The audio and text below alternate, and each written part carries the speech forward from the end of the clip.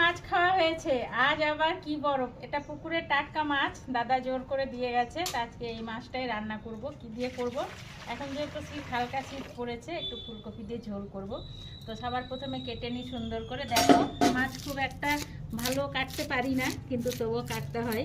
দিদি আছে, দিদি কেটে দেয়, কিন্তু আজকে যেহেতু আমি তোমাদের সাথে একটু শেয়ার করব ভিডিওটা, তো ভাবলাম কেটে নিই।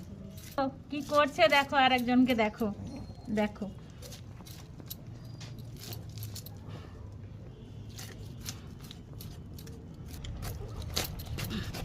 যা পিত্তিটাই, বন্ধুরা দেখো একদম টাটকা রক্ত, সত্যি মাছটা টাটকাই আছে।